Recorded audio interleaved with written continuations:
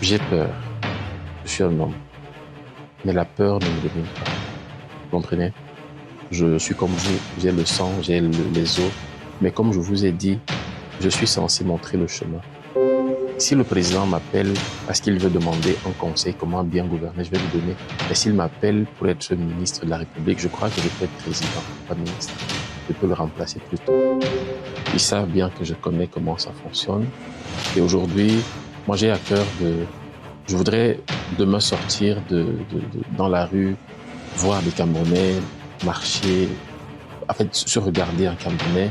Je voudrais sortir dans la rue, ne plus entendre des histoires du genre, il n'y a pas d'eau depuis 4 jours, on a coupé l'énergie chez moi, ma télé s'est grillée, mon congélateur, le poisson a Mais ils pourri sont, dedans. monsieur, Comment on fait pour atteindre l'émergence 2035 avec une population où on a un jeune à 18 ans qui est sur la moto et qui normalement doit être dans un centre de formation ou à l'école.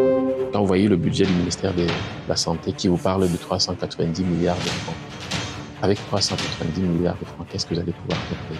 Ça démontre à souhait que le régime s'en fout en quelque sorte de l'état de santé des Camerounais. C'est pour ça que vous pouvez arriver dans un hôpital, vous parlez, quelqu'un en urgence, dans le service d'urgence, bon, dans quelques hôpitaux, ça avance. Et vous voyez un soignant, une soignante qui a son WhatsApp en main en train de son TikTok. Monsieur, calmez-vous, ne vous dérangez des choses. J'ai vécu ça. Je suis allé rendre visite à quelqu'un récemment dans un hôpital. Je ne vais pas citer le nom, mais j'avais l'impression que les gens qui criaient, ça ne concernait pas ces personnes-là. Donc, qu'est-ce qui fait rêver les Camerounais aujourd'hui? Le tribalisme? Non. Le manque d'eau? Le fait que les télés se grillent à cause du yo-yo de Nio? Qu'est-ce qui fait rêver? Dites-moi, vous êtes Camerounais comme moi. Sortez-moi une chose qui vous fait rêver, qui fait rêver votre enfant. Ce que votre enfant sait, c'est que à tel endroit, la route est mauvaise là-bas. On a coupé le courant. Quand on coupe le courant, les gens crient comme si les lions avaient marqué un but. Mais il faut arrêter. J'ai une pensée forte pour des personnes depuis 7 ans qui ont été arrêtées lors de la première crise avec le MRC. Ces personnes devraient être mises en liberté. Je pense au professeur Alain Foguet, à Bibou Nissak et plein d'autres que je ne connais pas. Le Cameroun aujourd'hui a besoin d'être applaudi. Mais je ne suis pas partisan des casses. Je ne suis pas partisan de la violence. Je ne suis pas d'accord avec le langage de la division. On ne peut pas construire ce pays en pointant du doigt, entre guillemets, les communautés. Non, on ne peut pas construire ce pays lorsqu'on veut revendiquer en allant brûler les voitures, en allant faire des casses. Non. Normalement, moi, président, demain, j'aimerais que chaque enfant du Cameroun puisse rêver.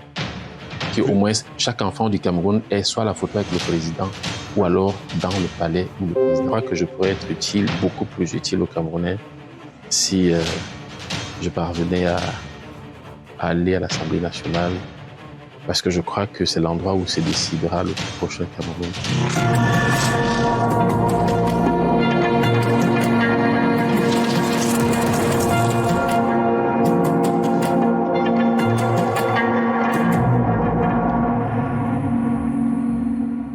Léon Teller Onana est l'une des figures politiques camerounaises qui ont récemment fait le choix d'assumer la rupture, mesdames et messieurs. Ancien militant du Rassemblement démocratique du peuple camerounais, il a marqué l'opinion par une démission publique fortement médiatisée avant d'être porté à la tête de l'organisation du mouvement patriotique OMP. Dans un contexte politique marqué par des incertitudes, des tensions et à l'approche des élections législatives et municipales, sa parole interpelle, mesdames et messieurs, dérange parfois, mais suscite aussi de nombreuses attentes. Aujourd'hui, nous allons parler sans détour avec M.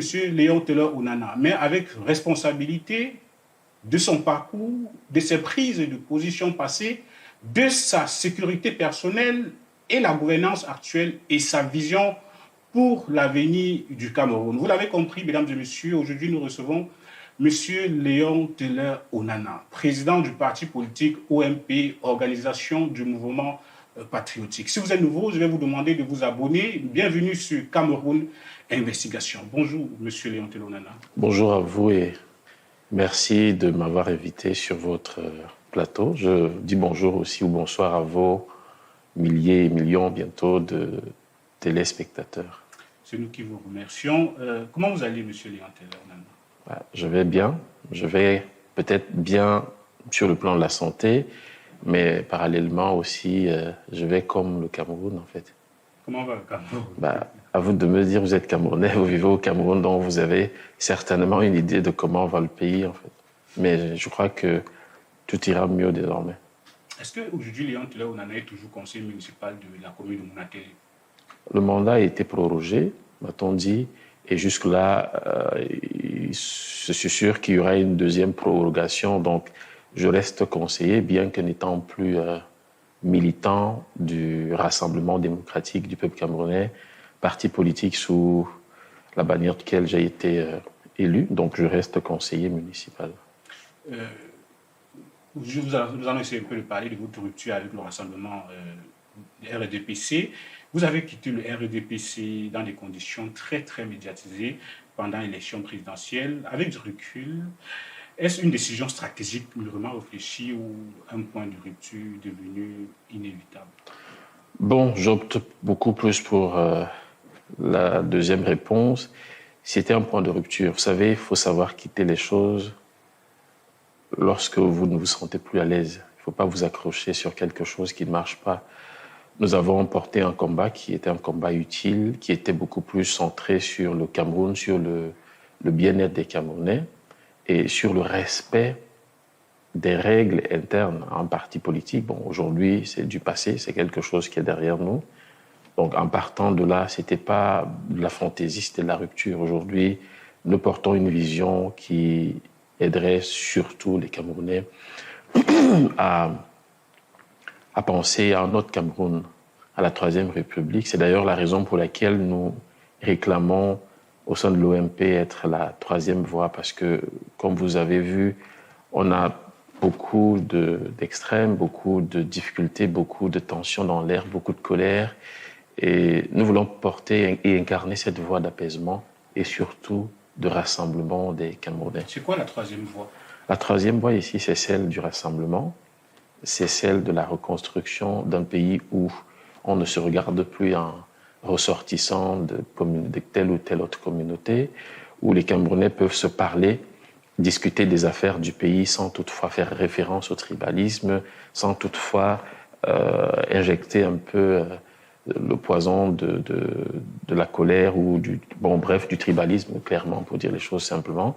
Donc, nous voulons porter cette voie-là parce que on estime que le Cameroun a eu tellement de professeurs, d'agrégés à la tête des ministères et tout, et vous voyez bien le résultat que nous avons aujourd'hui. Cette génération a peut-être mené des combats qui, à l'époque, étaient des combats nobles. Aujourd'hui, elle n'est plus en capacité de porter l'avenir des Camerounais.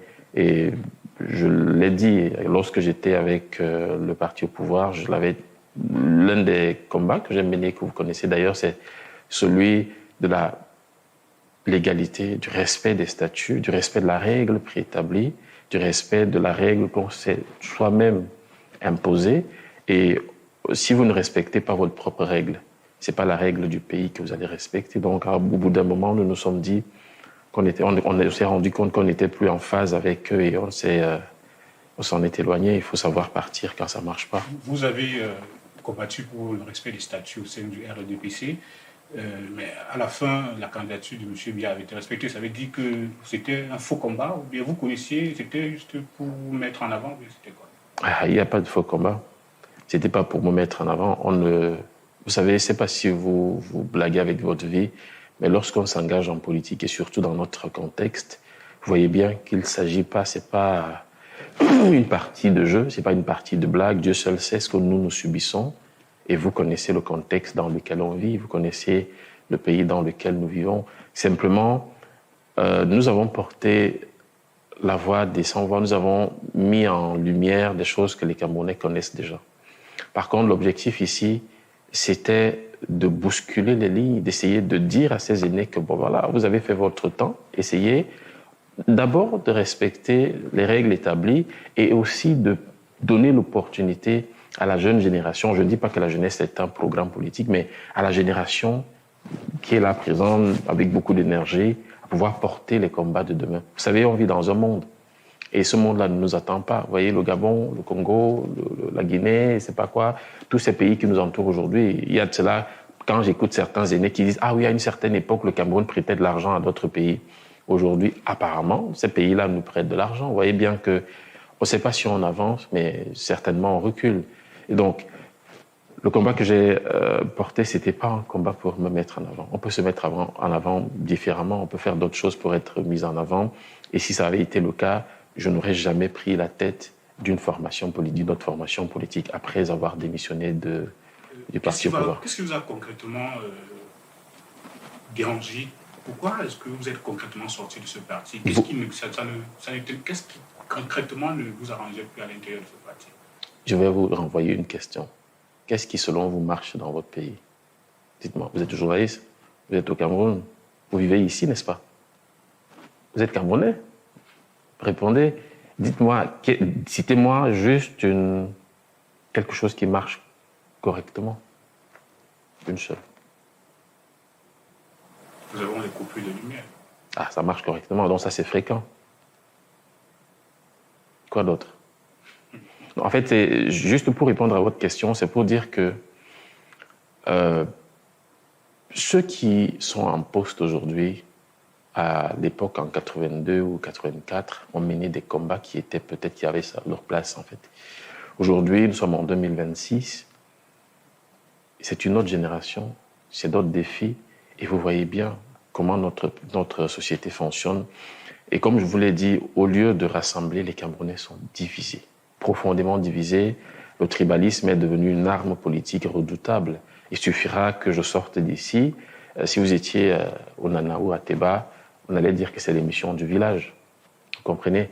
Tout simplement parce qu'on ne se regarde plus comme Camerounais, on se regarde comme ressortissant de telle ou telle autre commune. Et c'est des choses pour lesquelles les Camerounais doivent se lever, contre lesquelles les Camerounais doivent se lever, parce que nous avons une nation, nous avons un pays à construire. On ne peut pas construire un pays en étant divisé. C'est comme aujourd'hui, quand vous voyez les maires au Cameroun, il y a des maires qui ne connaissent même pas le nombre des populations qu'ils gèrent. Ils ne connaissent même pas les limites de leur arrondissement. Il y a certains maires qui sont là, la seule chose qu'ils maîtrisent, c'est le budget d'investissement public ou alors les fonds communaux, les centimes additionnels que le FECOM va renvoyer, c'est tout. Voilà, tout. Même les députés, il y a certains députés qui ne connaissent pas les limites de leur... bref, là où ils ont été élus, ils ne connaissent rien du tout. Il y a d'autres qui sortent de l'Assemblée nationale, par exemple, sans avoir lu un projet de loi dans son entièreté. Et vous voyez, c'est ça.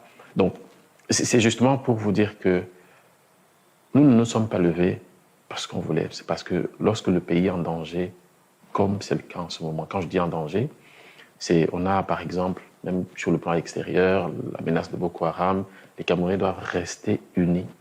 On a des problèmes, mais on ne peut pas avoir à subir Boko Haram. On a la crise anglophone et à l'intérieur encore, on se divise en termes de... Je ne sais pas si vous voyez un peu la situation. Et c'est pour ça que nous nous sommes levés. Lorsqu'on a demandé le congrès, l'objectif était de poser certains problèmes.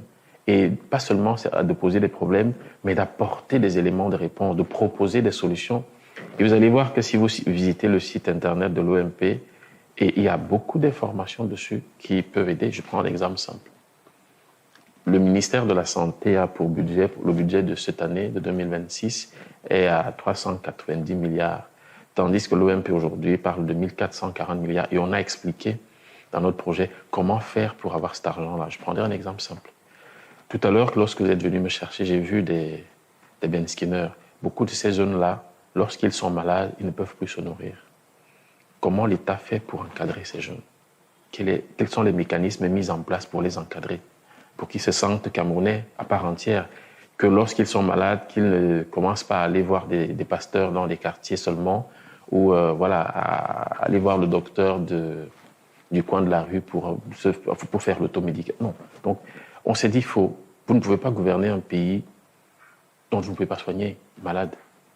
Un pays où c'est la jonglerie qui domine le quotidien. C'est un peu ça. Donc, il fallait revoir certaines choses et on pensait que le congrès allait être une belle opportunité pour dire à nos aînés, peut-être le logiciel est déjà obsolète. Voilà ce qu'il faut faire en 2025. Votre élection à la tête de l'OMP marque une nouvelle étape. Quelle est la différence fondamentale entre votre engagement d'hier et celui d'aujourd'hui? Alors, mon engagement déjà n'a pas changé parce que, comme je vous ai dit, lorsqu'un bateau prend de l'eau, comme celui dans lequel j'étais, et vous essayez d'attirer l'attention des occupants, personne ne vous écoute, vous vous sauvez, premièrement. Et deuxièmement, vous essayez de sauver le maximum de personnes aujourd'hui. C'est un peu ce qui se passe dans notre pays. Alors, la différence entre ce que j'étais hier et aujourd'hui, je vais dire ça comme ça, est que je suis à la tête d'une formation politique qui se lance non pas à l'animation essentielle de la scène politique, mais à la conquête du pouvoir. Je pense que nous avons quelque chose à proposer, nous avons une vision. Les Camerounais doivent désormais s'habituer à ce que nous avons à proposer parce que l'objectif, comme je vous l'ai dit d'entame, c'était pas de faire de la gesticulation, c'est parce que nous avions des idées. Je crois que tout le monde est conscient, chacun de nous, comme vous, en tant que journaliste, vous êtes conscient de la situation dans laquelle notre pays se trouve. Et donc, on ne pouvait pas rester silencieux et l'OMP a vocation pas seulement à critiquer, mais à apporter des solutions, à présenter des pistes pour essayer de rassembler les Camerounais. Au-delà de rassembler les Camerounais, essayer de penser notre façon de construire le Cameroun. Comme vous l'avez remarqué, je crois que dans le quotidien, vous voyez sur les réseaux sociaux, vous voyez ce qui se passe. Les Camerounais sont profondément divisés. Il y a de la violence dans l'air et on ne peut pas continuer comme ça. Et donc, quelle est la différence fondamentale? La différence est que de l'autre côté, il y a des personnes qui ont verrouillé un appareil politique qui était censé être ouvert et ils l'utilisent à leur fin. Alors, voilà, comme vous savez. Et aujourd'hui, la différence est que nous sommes à la tête de l'OMP, l'organisation du mouvement patriotique, qui est un appareil ouvert à tous les Camerounais, où chacun, même vous qui êtes journaliste, vous pouvez venir, vous pouvez prendre votre carte de membre en allant en ligne. Mais au-delà de cet aspect, nous portons de nouvelles idées, nous avons des solutions pour notre pays et nous pensons qu'avant d'arriver à implémenter ces solutions, il faudrait d'abord rassembler les Camerounais. Donc, l'une des raisons pour lesquelles j'ai choisi de rentrer, de revenir au Cameroun, surtout en temps de crise où chacun veut fuir, les gens veulent prendre l'avion et partir, c'est de contribuer d'abord à l'apaisement, premièrement, et de rassembler aussi le pays. Au-delà de rassembler, il faudrait montrer un nouveau chemin. Parce que celui qu'on a emprunté depuis 43 ans ne fonctionne pas. Donc vous n'êtes pas là pour renverser le président Paul Biya? Bien évidemment, je suis là pour renverser, pour prendre le pouvoir. La vocation première d'une formation politique, c'est la conquête du pouvoir. Alors, est-ce que le président Paul Biya a besoin d'être renversé? Je crois que la bonne question, c'est de savoir si tout est encore normal, tout fonctionne normalement. Je vais dire que l'OMP est un parti politique qui va à la conquête du pouvoir. Le pouvoir actuel, nous ne sommes pas proches de ce pouvoir. Nous savons pas, comme je vous ai dit, en se séparant du RDPC, parce que vous voulez que je parle de ça, c'était pas pour revenir après, collaborer, non. Nous pensons qu'aujourd'hui, le Cameroun a besoin d'autre chose. On a besoin d'une nouvelle voie, d'un nouveau chemin, de nouveaux hommes, plus ou moins de nouvelles personnes qui ont à cœur pas seulement de se remplir les poches, pas de se remplir les poches, mais beaucoup plus de travailler pour le bien-être des Camerounais et pour l'intérêt général. Donc aujourd'hui, l'OMP est cette voie-là, et cette formation politique-là. Donc la différence fondamentale, c'est celle-là. C'est que nous pensons que c'est fichu. 43 ans après, ça ne sert à rien. On va continuer à masquer comme on veut, mais je pense que c'est important de passer à l'autre étape, de préparer l'avenir. Malheureusement, le monde est dynamique. Et étant dynamique, le Cameroun ne devrait pas rester à la traîne, en fait. Comment vous avez fait pour rejoindre la tête de votre mouvement et pourtant vous étiez à l'extérieur du pays? Comment votre élection s'est faite au sommet? Dans les règles de l'art, il y a eu un congrès. Il faut savoir que l'OMP a été créé le 6 avril 2021 et il y avait un bureau national existant qui n'a peut-être pas conduit à n'a pas participé à une élection, mais donc on a protégé l'OMP qui ne s'est pas dévoyé, qui ne s'est pas prostitué. C'était une formation politique, c'est une formation politique encore neuve, ce qui n'a pas été dévoyé. Et, En tout cas, et comme vous n'avez encore... les statuts, justement, de l'OMP stipulaient qu'au bout de 4 ans, c'est-à-dire qu'en 2025, il devait y avoir un congrès. Et la grâce nous accompagnant, comme d'habitude, au moment où je sors de démission du RDPC, j'envoie ma démission à la région pour transmission au MINAT, comme la loi l'exige. Je regarde autour de moi parce qu'il faut poursuivre le combat. C'est pas parce qu'on vous a donné un coup, c'est pas parce que le Conseil constitutionnel a estimé que j'avais plus droit au chapitre, que voilà, le RDPC était la propriété privée des autres, qu'il fallait s'arrêter, il fallait continuer. Et c'est comme ça que je vais donc prendre la carte de membre de l'OMP à l'époque. Et chemin faisant, on me dit qu'il y a un congrès. Je vais au congrès. Les camarades, dont le président sortant m'a dit, ben voilà, c'est... Est-ce que vous étiez en train de chercher un parti politique? Non. Est-ce que c'est l'OMP qui est venu vers vous ou bien c'est vous qui êtes allé vers Non, c'est moi qui ai choisi. Parce que comme je vous ai expliqué tout à l'heure, il fallait rester cohérent. Moi, je suis pour la cohérence, en fait. Si vous n'êtes plus en accord avec une formation politique comme le RDPC, par exemple, il faut sortir de là.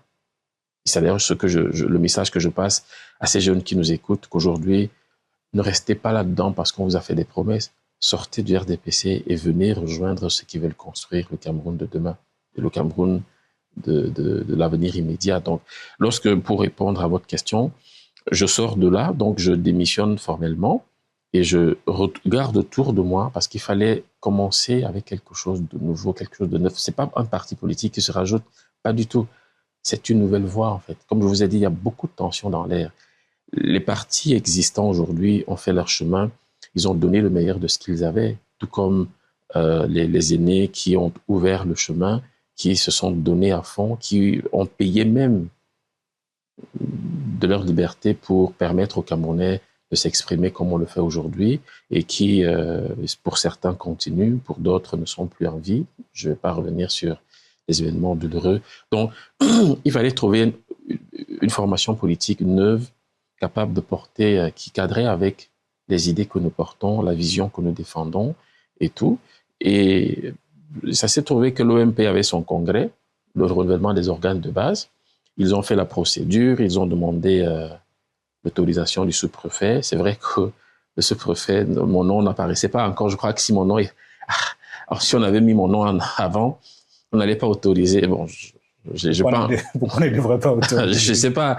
Donc, on s'est retrouvés lors du congrès. Il y a ceux qui étaient en présentiel, parce que le congrès avait été autorisé. Moi, même ceux qui étaient là ne savaient pas que j'étais déjà membre du parti, parce que je voulais rester en back-office. Donc, il y avait des huissiers dans la salle, parce que, vous savez, la chance que nous avons, c'est qu'il faut faire aujourd'hui. Les gens ont compris, certains partis politiques, avec ce que nous avons fait, ont compris qu'il était important de faire des choses dans les règles. Et moi, lorsque ça sort de ce cadre-là, je n'adhère plus, en fait. Et donc, lorsqu'on m'a dit qu'il y aurait un renouvellement des organes de base, qu'il va y avoir des huissiers, que la demande d'autorisation pour la tenue du congrès a été validée, j'ai dit OK, je vais donc y participer. J'y ai participé. Le président sortant, le bureau sortant n'a pas voulu le président sortant n'a pas voulu remplir notre mandat. J'ai donc déposé ma candidature pour être président de l'OMP. C'était d'abord une fierté pour ceux qui étaient là, qui me découvraient aussi, qui ne pensaient pas que j'étais là, voilà. Est-ce qu'à l'OMP, il n'y a pas, on ne doit pas faire un certain temps dans le parti avant d'accéder à la magistrature suprême? Non, l'OMP n'a pas ces règles. Je crois que on devrait imposer ça déjà au niveau de la Constitution, en commençant par limiter les mandats. C'est pas aller voir ce que les autres partis font. Vous savez, je vois où vous voulez partir, je vois le débat dans lequel vous voulez m'emmener. Non, je crois que ceux qui refusent de respecter les règles de la Constitution et qui, plus ou moins, veulent aller imposer à certaines formations politiques de ne pas... Parce que les formations politiques sont libres de modifier les textes. Vous comprenez? Tout comme aujourd'hui, pour modifier la Constitution, il faudrait passer par le canal du Parlement, des chambres. Vous comprenez ce que je veux dire? Donc, où vous voulez aller? Donc, l'OMP n'a pas ce problème. J'ai été donc présenté comme candidat et en face de moi, une camarade s'est levée, elle a dit qu'elle voulait être candidat. Je crois que je vais vous envoyer l'acte de présence? Non, non, le rapport de l'huissier. Et c'est comme ça, chacun a battu campagne, elle a eu quelques voix, j'ai eu la majorité des voix, elle m'a félicité et la vie continue. Et aujourd'hui, nous travaillons main dans la main à l'OMP, elle a des responsabilités. Au-delà de cet aspect, il fallait donner une âme à l'OMP désormais, parce que l'OMP n'avait jamais participé à une élection. Et il fallait donc construire tout l'ossature. C'est ce que nous sommes en train de faire. Il y a un site internet, ompleparti.com. Il faut le mettre en www.ompleparti.com. Il y a tout ce que nous avons dedans, que ce soit le bureau national, que ce soit le projet politique, la vision. Et on peut même adhérer à travers ce site-là.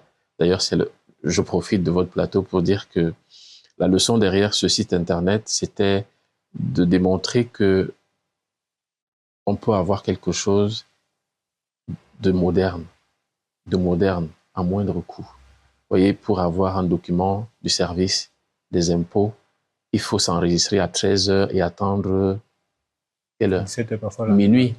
Minuit pour avoir le document. Lorsque vous enregistrez sur notre site internet, vous obtenez la carte instantanément avec un QR code vérifiable et tout est sécurisé en fait.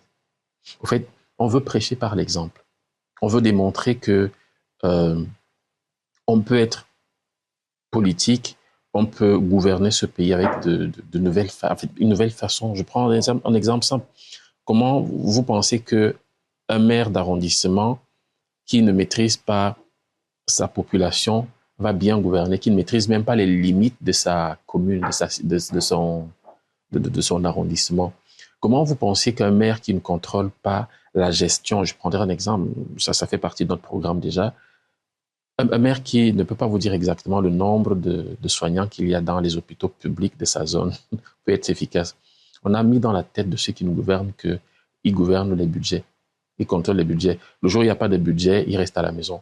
Il ne gouverne pas les hommes. C'est-à-dire que lui, son problème, c'est de contrôler le cash. C'est tout. Et est-ce que votre mouvement est un mouvement de contestation, de proposition ou une véritable alternative au pouvoir? C'est une alternative au pouvoir. Au-delà de tout, c'est la rupture avec l'ancien monde. La rupture avec l'ancien monde, je sais d'où je sors. Ils savent bien que je connais comment ça fonctionne. Et aujourd'hui, moi, j'ai à cœur je voudrais demain sortir dans la rue, voir des Camerounais marcher, en fait, se regarder en Camerounais. Je voudrais sortir dans la rue, ne plus entendre des histoires du genre « il n'y a pas d'eau depuis 4 jours, on a coupé l'énergie chez moi, ma télé s'est grillée, mon congélateur, le poisson a pourri dedans ». Monsieur Léon Tolana, ils sont plusieurs partis politiques, les présidents de formation politique qui ont tenu ce langage et puis rien n'a changé. Qu'est-ce qui est différent? La différence entre ces formations politiques et moi, c'est que ce que je dis, je le fais. Vous comprenez? Quand je dis quelque chose, je le fais. Et je crois que les Camerounais doivent juger les actes des leaders politiques, doivent juger la capacité. Je pense que je serais aussi resté en France, comme actuellement, tout le monde veut fuir le pays parce que chacun veut voir ses enfants grandir. Mais moi, je suis revenu parce que j'estime que mon pays a besoin de moi. Il faut apaiser, au-delà d'apaiser, d'essayer de combattre la colère qu'il y a aujourd'hui. Il faut rassembler les Camerounais. On ne peut pas changer ce pays en étant divisé. Maintenant, la différence que vous évoquez, c'est que nous avons notre méthode. Notre méthode que nous voulons prêcher par des actes. Vous comprenez? Ça peut être des actes symboliques, comme celui de mon retour. Ça peut être, par exemple, à travers le site Internet où on dit il faut moderniser, par exemple, le fichier. Il faudrait que chaque Camerounais puisse avoir un numéro d'identifiant, qu'on puisse le retrouver plus ou moins quand vous allez dans un commissariat. Si on vous demande votre nom, il faut écrire votre nom ici. Est-ce que c'est normal au XXIe siècle? Mais un site Internet comme celui que nous avons mis, c'est un exemple. On prêche par l'exemple en disant nous devons connaître nos militants. Donc, vous allez à l'OMP vous enregistrer, on doit connaître on connaît votre profil, on essaie de savoir à Douala, nous avons tel nombre de militants, à Douala, tel nombre de militants, voilà leur profil. Et si à l'intérieur, au niveau de l'OMP, il peut y avoir des hommes d'affaires qui ont des structures et tout, on les encourage. Il y aura par exemple des séminaires qu'on pourra organiser pour coacher les jeunes dans l'entrepreneuriat, pour essayer de motiver les jeunes filles à se lancer en politique, pour essayer de normaliser notre société. Donc, c'est pour dire que On ne va pas dire des choses comme les autres, que bon, voilà, il n'y a pas de route, on va faire des routes. Non, on a des idées. Par exemple, lorsque le ministère de la Santé propose le peu qu'ils ont proposé, nous, on a proposé autre chose sur notre site internet, notre programme, et nous pouvons expliquer ça, comment gagner cet argent. Je prendrai un exemple simple. Vous avez de la calculatrice chez vous, n'est-ce pas? N'est-ce pas? Combien est-ce que vous gagnez en moyenne lorsque vous allez à l'hôpital par an? Gagner? Oui, combien est-ce que vous dépensez? Vous dépensez? Oui. Mais lorsque tu es arrivé d'abord à l'hôpital, avant que tu ne dises quoi que ce soit, tu as dépensé au moins 3 000. Justement, je vous demande par an combien. Vous avez vu que vous avez de la difficulté à quantifier, à donner un chiffre. C'est justement ça ce que je cherchais. Énorme. Alors, je vous explique quelque chose. Les Camerounais, nous pensons à l'OMP que les Camerounais, au regard de ce qui se passe aujourd'hui, doivent prendre en charge, malheureusement, parce que normalement, c'est le rôle de l'État. Quand vous voyez le budget du ministère de la Santé qui vous parle de 390 milliards de francs, avec 390 milliards de francs, qu'est-ce que vous allez pouvoir faire avec? Ça démontre à souhait que le régime s'en fout en quelque sorte de l'état de santé des Camerounais. C'est pour ça que vous allez arriver dans un hôpital, vous parlez, quelqu'un en urgence, dans le service d'urgence, bon, dans quelques hôpitaux, ça avance. Mais vous voyez un soignant ou une soignante qui a son WhatsApp en main, en train de son TikTok. Monsieur, calmez-vous, ne vous dérangez des choses. Moi, j'ai vécu ça. Je suis allé rendre visite à quelqu'un récemment dans un hôpital. Je ne vais pas citer le nom, mais j'avais l'impression que les gens qui criaient, ça ne concernait pas ces personnes-là. Donc, si mes amis Ben Skinner, taximens, qui aujourd'hui ont des problèmes de reins parce ce sont eux qui sautent dans les nids de poules qu'on a dans nos routes, là, dans ce qu'on appelle piste ou route, je ne sais pas comment. Ces gens-là aujourd'hui, est-ce que vous voyez beaucoup parmi atteindre 70 ans étant normal? Pour un jeune qui prend la moto à 18 ans et qui saute les routes cassées partout, mais s'il le fait pendant 15 ans, c'est un monsieur qui ne va pas pouvoir assumer sa propre épouse à 50 ans. Et c'est un malade que nous allons avoir dans 50 ans. Qu'est-ce que l'État prévoit pour ça? Et nous nous sommes dit, il faudrait que chaque Camerounais, qu'on intègre dans notre façon de penser que les Camerounais peuvent contribuer, par exemple, à leur soins. Pour nous, si un Camerounais, par exemple, peut cotiser à hauteur de 2 000 francs par mois, ça fait combien par an? Combien? 2 000 fois 12. Ça fait combien par an? 24 000. OK. Il y a pratiquement 15 millions de Camerounais qui sont dans l'informel. Les mamans qui vendent au marché, là, qui vendent au marché, les Ben Skinner, ceux qui sont au quartier qui ne peuvent pas. Mais quel est l'apport de l'État dans ça? Et vous voyez que si on a, par exemple, 15 millions de personnes qui peuvent cotiser, à la fois, l'État, en retour, doit leur garantir la gratuité des soins dans les hôpitaux publics, signer des partenariats. Faites le calcul entre 24 000 fois 15 millions de Camerounais et dites-moi ce que vous voulez. Je donne des idées à ceux qui nous gouvernent, au moins pour qu'ils sortent de là par la grande porte, qu'ils aient quelque chose à proposer de nouveau. Ça vous donne combien par mois? 360 milliards. Combien? 24 000 fois 15 millions de Camerounais, 360 milliards. Par an. OK. Ça, c'est juste une petite fourchette qu'on a pris. Nous avons des sociétés extérieures qui polluent le Cameroun. Est-ce que vous savez qu'à chaque fois que vous émettez un appel, ce sont des ondes que vous lancez? Il y a des personnes qui sont sensibles. Mais est-ce que les sociétés qui entrent chez nous, qui viennent au Cameroun, est-ce que ces sociétés-là doivent contribuer à soigner aussi les Camerounais? Et ce sont des politiques, il faut penser le Cameroun.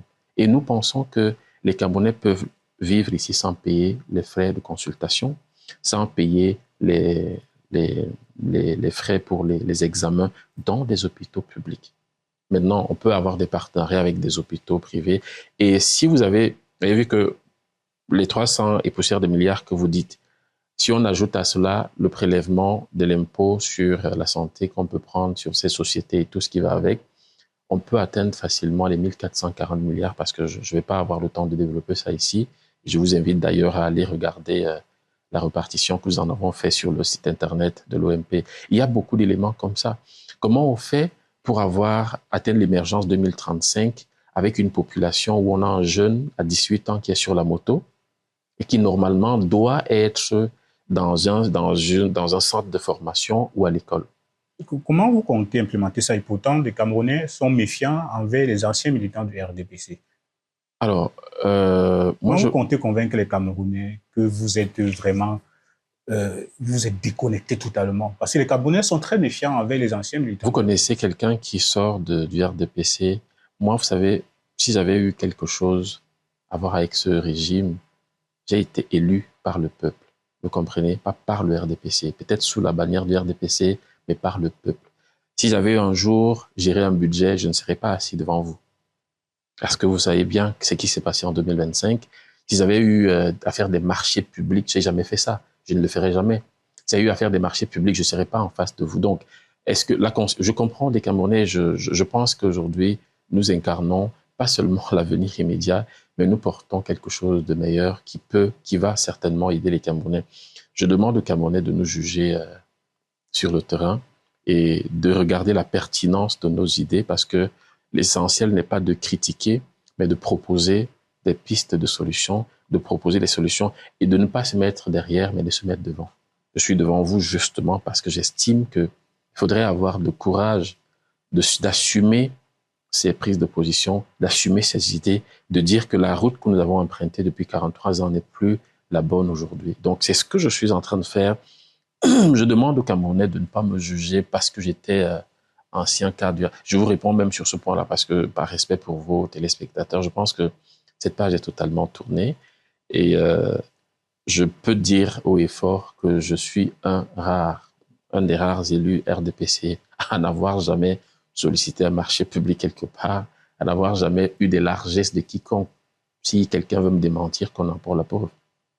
Et l'OMP se positionne-t-elle comme une force d'opposition classique ou comme un mouvement transpartisan capable de rassembler au-delà des clivages? Bien sûr, il faut rassembler. Je vous ai expliqué ici que on ne peut pas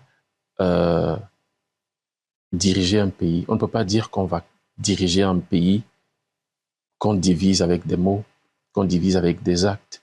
Lorsque vous observez le discours de ceux qui aujourd'hui gouvernent, beaucoup divisent par leur attitude. Ils divisent peut-être pas consciemment, inconsciemment, par leur façon de faire.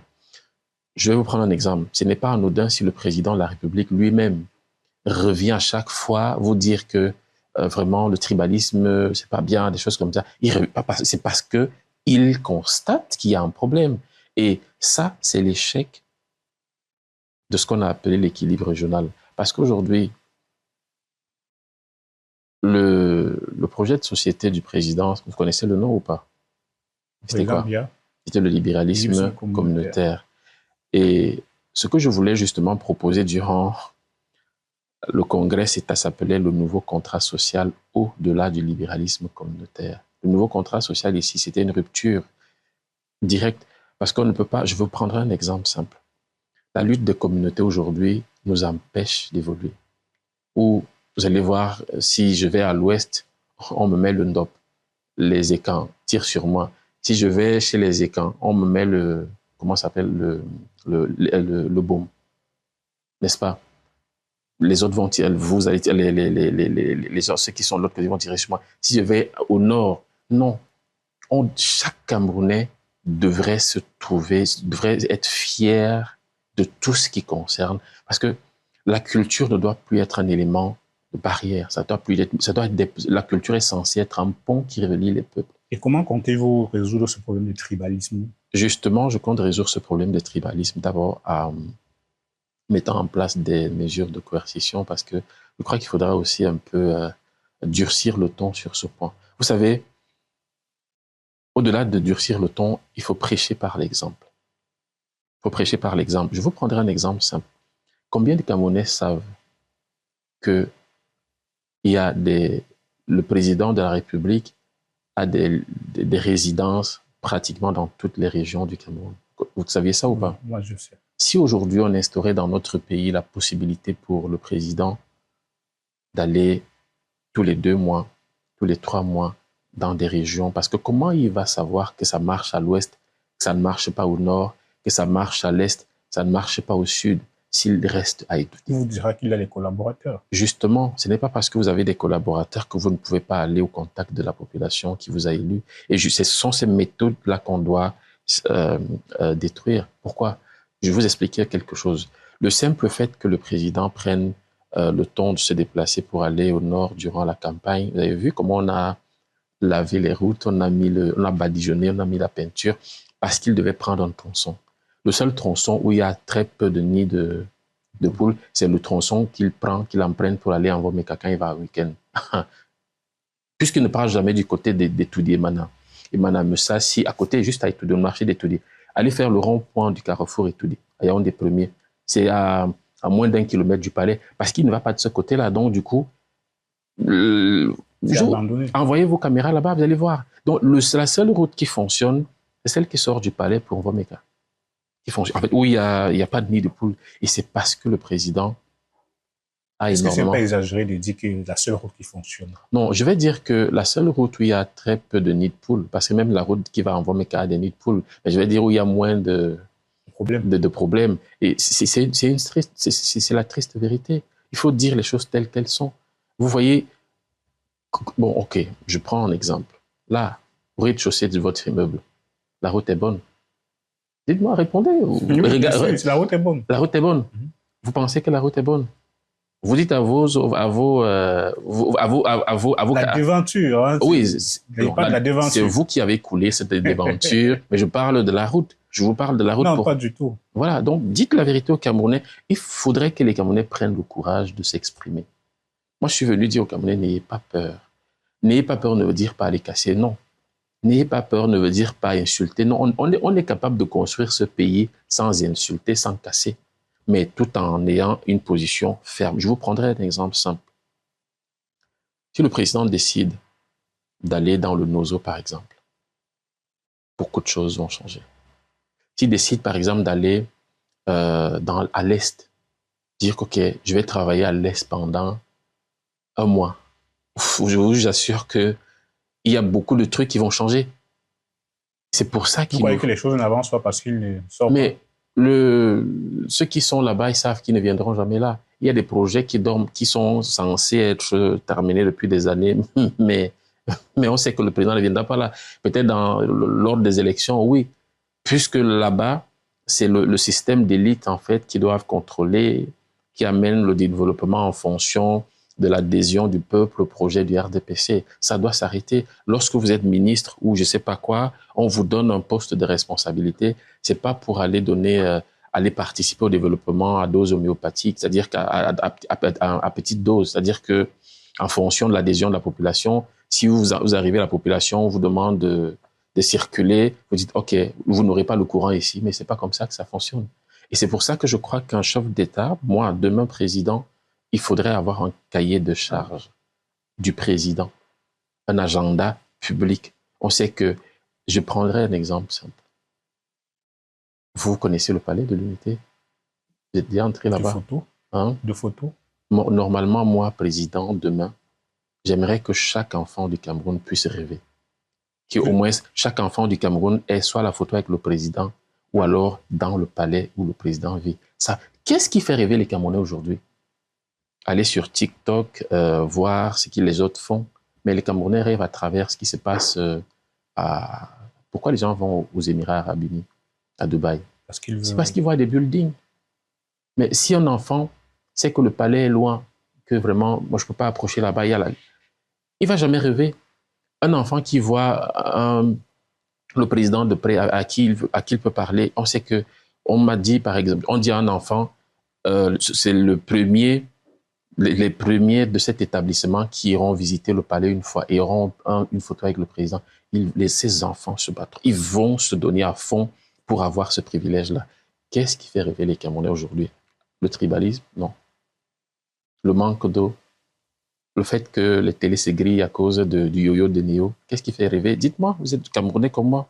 Sortez-moi une chose qui vous fait rêver, qui fait rêver votre enfant. Ce que votre enfant sait, c'est que à tel endroit, la route est mauvaise là-bas. On a coupé le courant. Quand on coupe le courant, les gens crient comme si les lions avaient marqué un but. Mais il faut arrêter. On doit redonner à ce peuple la capacité, la possibilité de rêver. Et c'est notre rôle. Je ne me suis pas levé au RDPC pour faire de la fantaisie, pour animer la galerie. Non, c'est ce que je voulais proposer. Et c'est pour ça que je demande à mes jeunes compatriotes qui sont avec et qui ne partagent plus, je leur dis, revenez, venez vous joindre à nous. On doit construire ce pays. On va construire le pays avec même ceux qui sont RDPC aujourd'hui. Comprenez ce que je veux dire? Je suis arrivé, je vous ai dit, hier quand je vous ai eu au téléphone, que j'allais dans le sud-ouest. Pourquoi? Parce que c'est une zone en crise. Je ne vais pas avoir peur de me balader. Je suis allé, j'avais des amis, je suis venu leur dire, écoutez, je pense qu'aujourd'hui, l'État fait les efforts. Il y a nos forces de défense que je salue qui essayent de faire des efforts, que ce soit dans le nord. Quand j'aurai la possibilité, avec l'accord de mes camarades, nous irons au nord aussi. Ça peut être des présences symboliques, mais l'objectif ici est de dire que notre pays a des problèmes, il faudra le soigner. C'est un grand malade qu'on doit soigner. Mais ce n'est pas une personne qui peut le faire, c'est tous ensemble. Est-ce que l'OMP est déjà implanté? Est implanté dans combien de régions aujourd'hui? Alors, je ne vois pas les choses dans ce sens-là. La question, c'est est-ce que l'OMP a des militants? Oui, l'OMP a des militants. Justement, j'allais revenir. Est-ce que vos anciens camarades, pendant l'élection présidentielle que vous avez dit vous soutenir, ont rejoint votre formation politique? Ce sont des Camerounais, je ne les vois pas comme les anciens camarades. Ce sont des Camerounais qui rejoignent l'OMP et qui viennent. Moi, je ne cherche pas à ça. C'est comme à l'OMP, on ne demande pas aux gens d'où est-ce que vous venez. On demande aux gens où est-ce que vous habitez. Non, ça, c'est pas ma question. Oui, je vous réponds justement en vous disant que les Camerounais qui viennent, nous n'avons pas le temps de leur demander où étiez-vous avant. On leur demande est-ce que vous partagez la vision de l'OMP. On ne demande pas aux gens, par exemple, où venez-vous. Je dis ça, j'insiste là-dessus, tout simplement parce que je reçois parfois des messages des jeunes, des Camerounais qui me disent oui, moi je suis de... Dès que la personne commence par moi je suis du centre, je suis de l'ouest, je suis du nord, je te dis non, où est-ce que vous habitez? C'est là où vous habitez. Je vous prends un exemple. 2 jours avant d'arriver ici, je reçois un message d'un jeune qui travaille à Yaoundé, mais qui, dit-il, est très populaire dans une partie du pays que je ne vais pas citer pour ne pas créer de polémique. Il me dit qu'il voudrait aller présenter sa candidature là-bas. Je lui dis non. Vous habitez à Yaoundé depuis combien de temps? Il me dit, ouais, j'ai fait mes études ici, mais là-bas, je suis populaire parce que c'est quelqu'un qui a des moyens, je pose des actes là-bas. Je lui dis, vous posez des actes là-bas, allez soutenir quelqu'un qui vit sur place.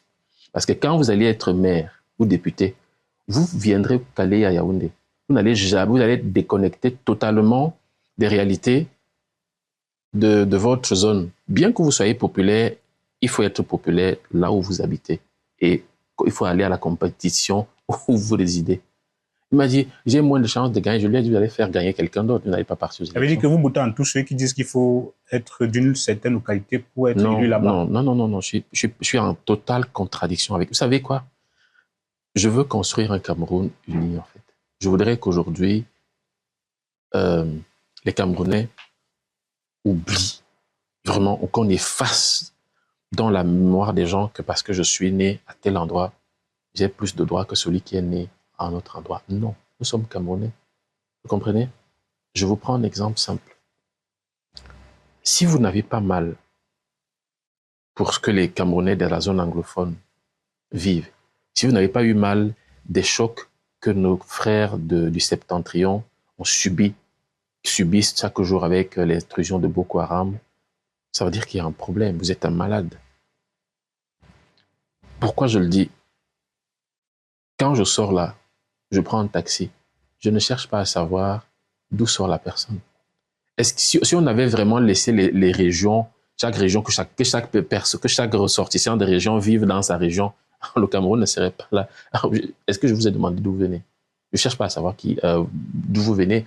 Vous êtes Camerounais. Là où vous habitez, c'est là où vous devez rester. Moi, je suis... La culture... Nous avons on appartient à des villages, ça c'est vrai. Nous avons chacun un village, il n'y a pas de souci.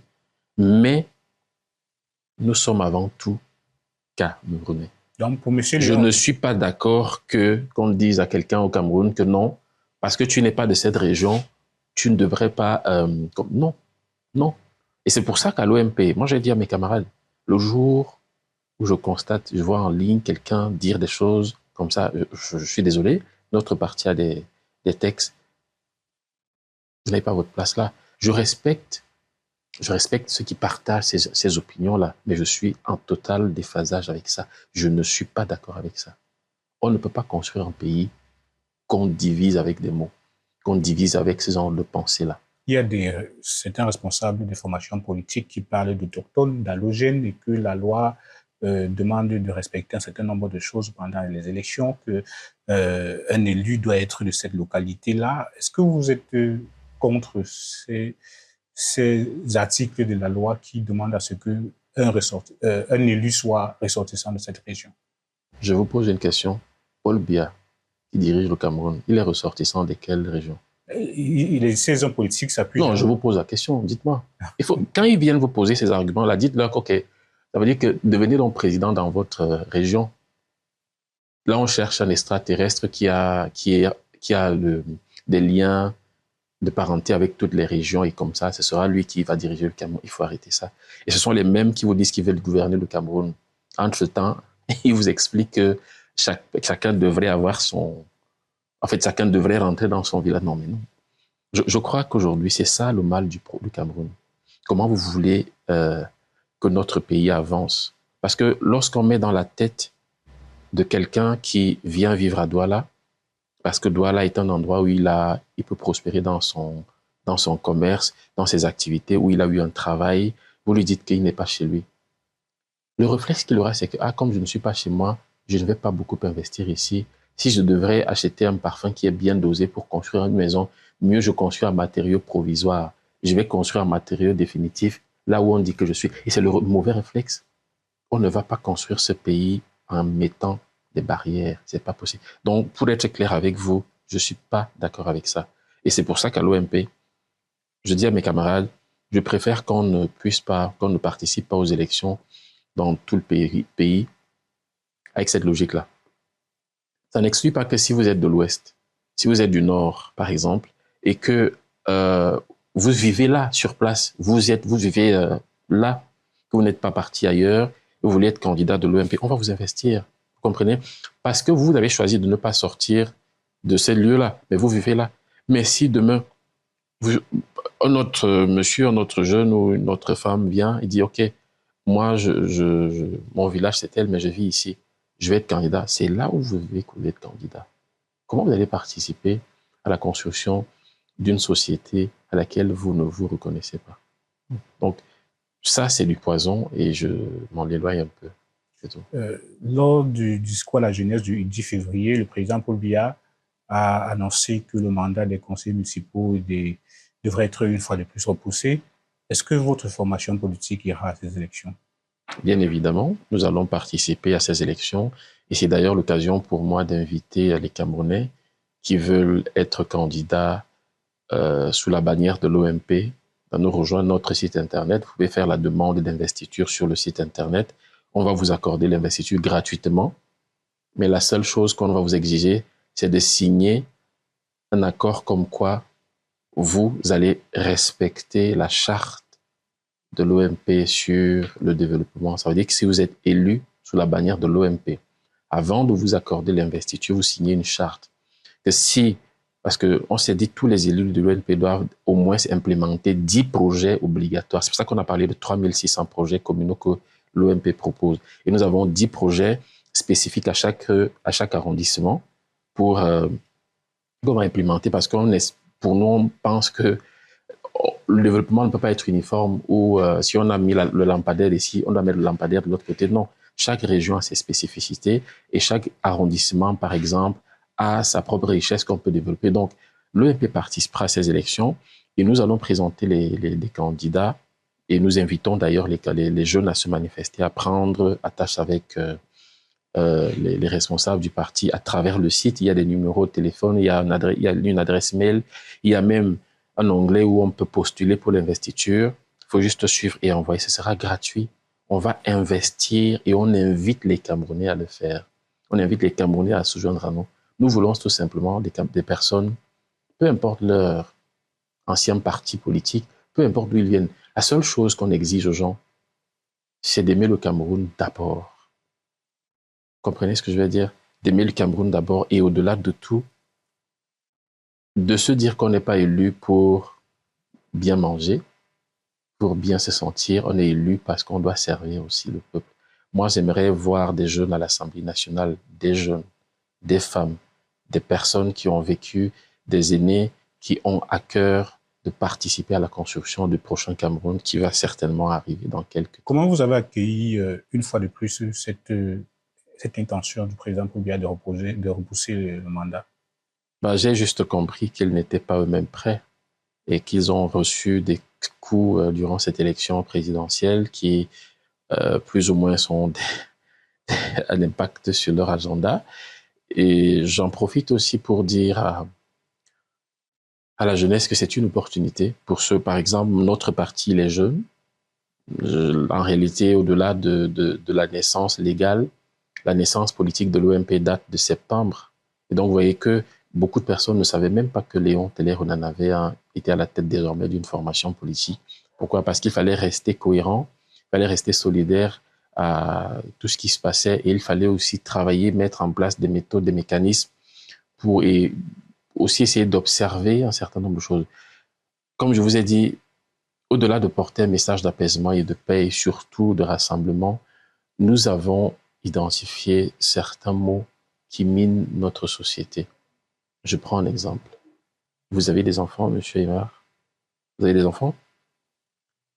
Qu'est-ce que votre enfant retient de la culture de son pays, au-delà de ce que vous pouvez lui apprendre comme peut-être ce que vous avez comme tradition dans votre village? Qu'est-ce que votre enfant a?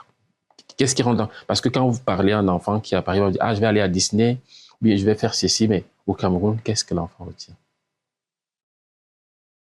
Retient quoi? Ok. Nous, justement, on a pris le temps de travailler sur des choses et dans les jours à venir, je crois, soit pendant les élections, nous allons dévoiler un outil de culture, quelque chose que nous estimons être utile, qui peut contribuer à la fois au rassemblement, à la fois à l'apaisement et surtout à instruire les Camerounais, à éduquer les Camerounais sur leur culture. Un musée virtuel qui aiderait le moment venu les Camerounais à connaître qu'ils ne sont pas des peuples, ce ne sont pas des peuples, c'est un peuple qui a à l'intérieur des cultures différentes, mais nous sommes un seul peuple. Tout à l'heure, vous avez dit que vous vous êtes rendu compte qu'ils n'étaient pas prêts, c'est la raison pour laquelle ils ont repoussé. Vous croyez que le président gère l'agenda électoral en fonction si le RDPC est prêt ou pas? Bien évidemment, dans chaque pays où les choses sont clairement, le jeu est clairement ouvert, les partis politiques connaissent exactement la date de l'élection. Dans notre pays, on tâtonne, on suppose, on se dit il va faire ci, il va faire ça. On scrute les gestes d'un homme, pas aller regarder ce que la loi dit. Bon, maintenant, il a repoussé. Ça rentre malheureusement, ce sont les lois qu'on doit changer. Ça rentre dans ses prérogatives. Il a cette opportunité, cette possibilité légale-là de proroger le mandat, mais dans un cadre qui obéit à ce que la Constitution camerounaise exige. Je crois qu'ils sont en train de respecter. Je vais couper le débat court en disant qu'il n'est pas dans l'illégalité, mais ce qui est dommage, c'est que tout dépend de lui. C'est pas automatique, en quelque sorte. Personnellement, est-ce que vous serez candidat?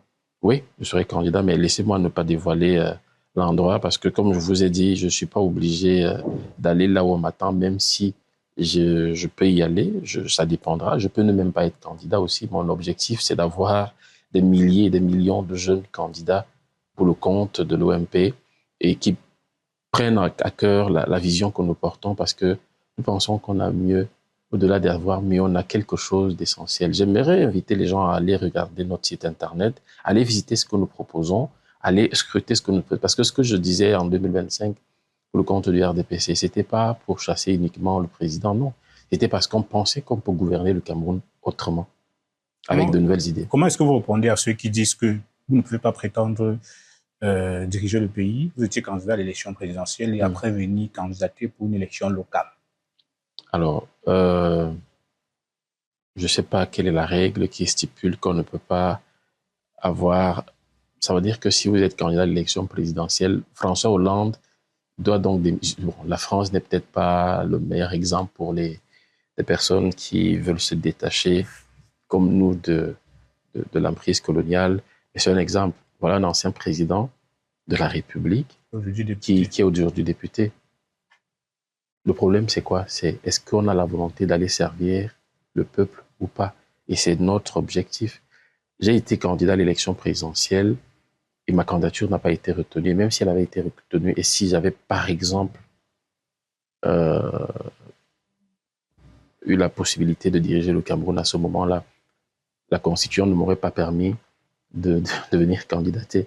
Mais étant donné que ça n'a pas été le cas, je suis libre de candidat, d'aller compétir. Et je crois que je pourrais être utile, beaucoup plus utile aux Camerounais si je parvenais à aller à l'Assemblée nationale, parce que je crois que c'est l'endroit où se décidera le prochain Cameroun. Donc, vous serez candidat aux prochaines élections législatives? Non, je ne l'ai pas dit, j'ai juste pris un exemple comme ça.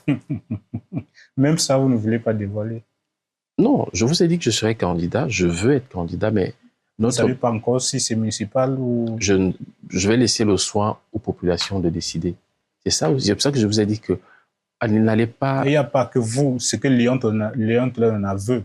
Il veut être candidat. Oui, Léon Onana veut être candidat à l'Assemblée nationale parce que je crois que ce qu'on doit premièrement changer dans notre pays, c'est les lois. Par exemple, la loi sur le code électoral, la loi électorale où le président est le seul maître du calendrier. Léon Onana, en 2020, ils sont nombreux, ces personnes, ces présidents de partis politiques qui sont venus dire qu'ils partent à l'Assemblée nationale pour faire bouger les lignes, mais nous sommes 5 ans plus tard, 6 ans plus tard, rien n'a bougé.